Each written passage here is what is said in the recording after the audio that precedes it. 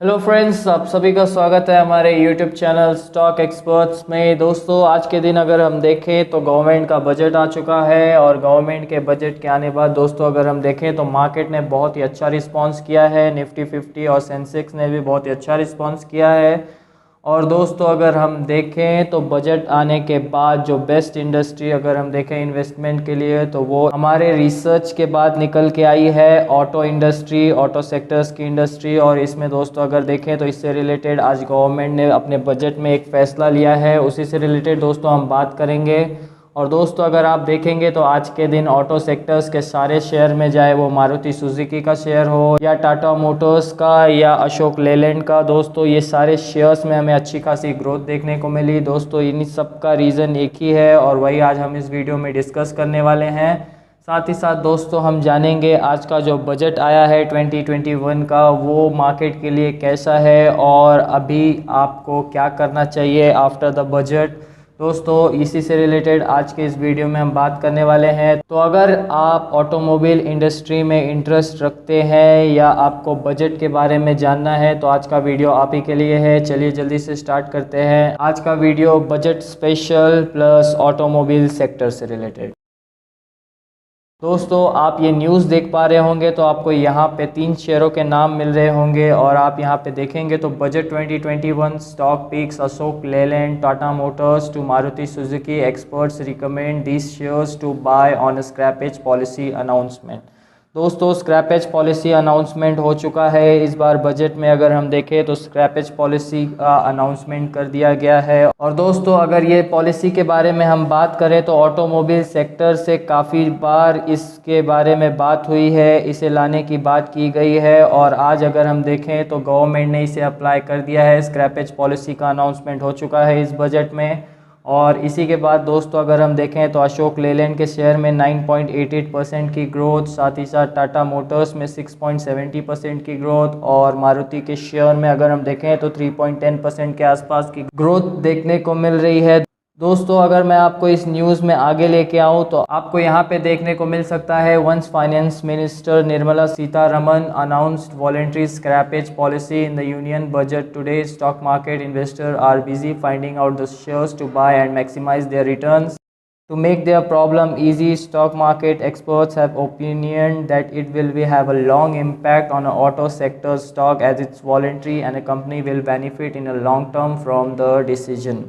दोस्तों जी बिजनेस के इस आर्टिकल में दोस्तों अगर हम देखें तो वॉलंटरी स्क्रैपेज पॉलिसी के बारे में यहाँ पे बात हो रही है जो कि ऑटोमोबाइल सेक्टर से रिलेटेड है।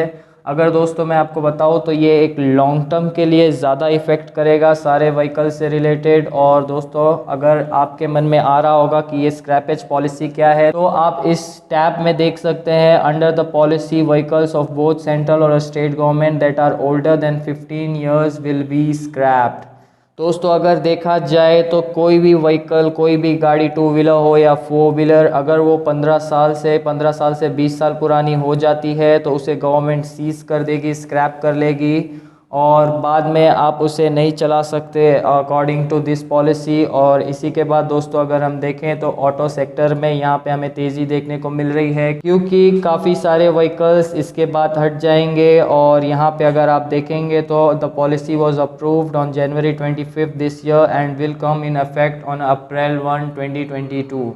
अप्रैल 1 2022 से इसे अफेक्ट में लाया जाएगा। और इसके बाद दोस्तों अगर हम देखें तो काफ़ी सारे व्हीकल्स होंगे जो कि ज़्यादा कार्बन एमिशन करते हैं जिसके वजह से ज़्यादा पोल्यूशन होती है, वो सारे व्हीकल्स हटा लिए जाएंगे और उसके बाद नए व्हीकल्स खरीदने पड़ेंगे लोगों को।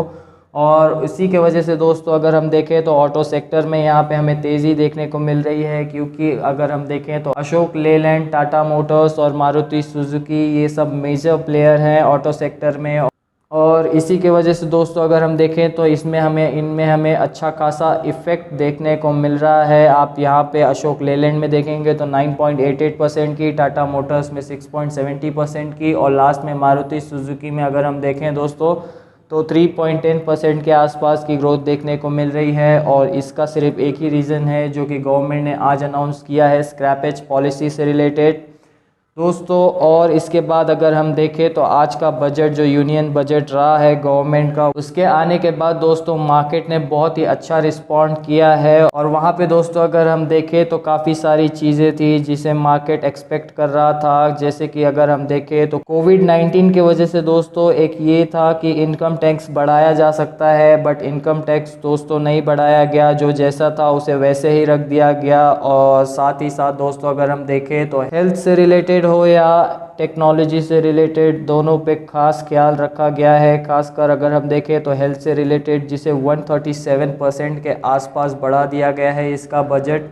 और दोस्तों इसी से रिलेटेड आज का यूनियन बजट रहा गवर्नमेंट का, जो कि एक अच्छा खासा फेयर बजट माना जा सकता है। इसमें मेक इन इंडिया को सपोर्ट किया जा रहा है। साथ ही साथ अगर हम देखें तो बाहर के जितने भी इम्पोर्टेड आइटम्स हैं उन पे ज़्यादा असर पड़ेगा। और वहाँ पे अगर हम देखें तो एक्साइज ड्यूटी वहाँ पे बढ़ाई गई है। दोस्तों यही कुछ शॉर्ट समरी में बजट रहा है आज का 2021 का अगर हम देखें तो। और इसके बाद दोस्तों अगर हम मार्केट का इम्पैक्ट देखें तो पॉजिटिव इसीलिए रहा क्योंकि यहाँ पे मेक इन इंडिया को सपोर्ट किया गया। साथ ही साथ इनकम टैक्स में ज़्यादा बढ़ोतरी नहीं की गई, जो जैसा था उसे वैसा ही रख दिया गया।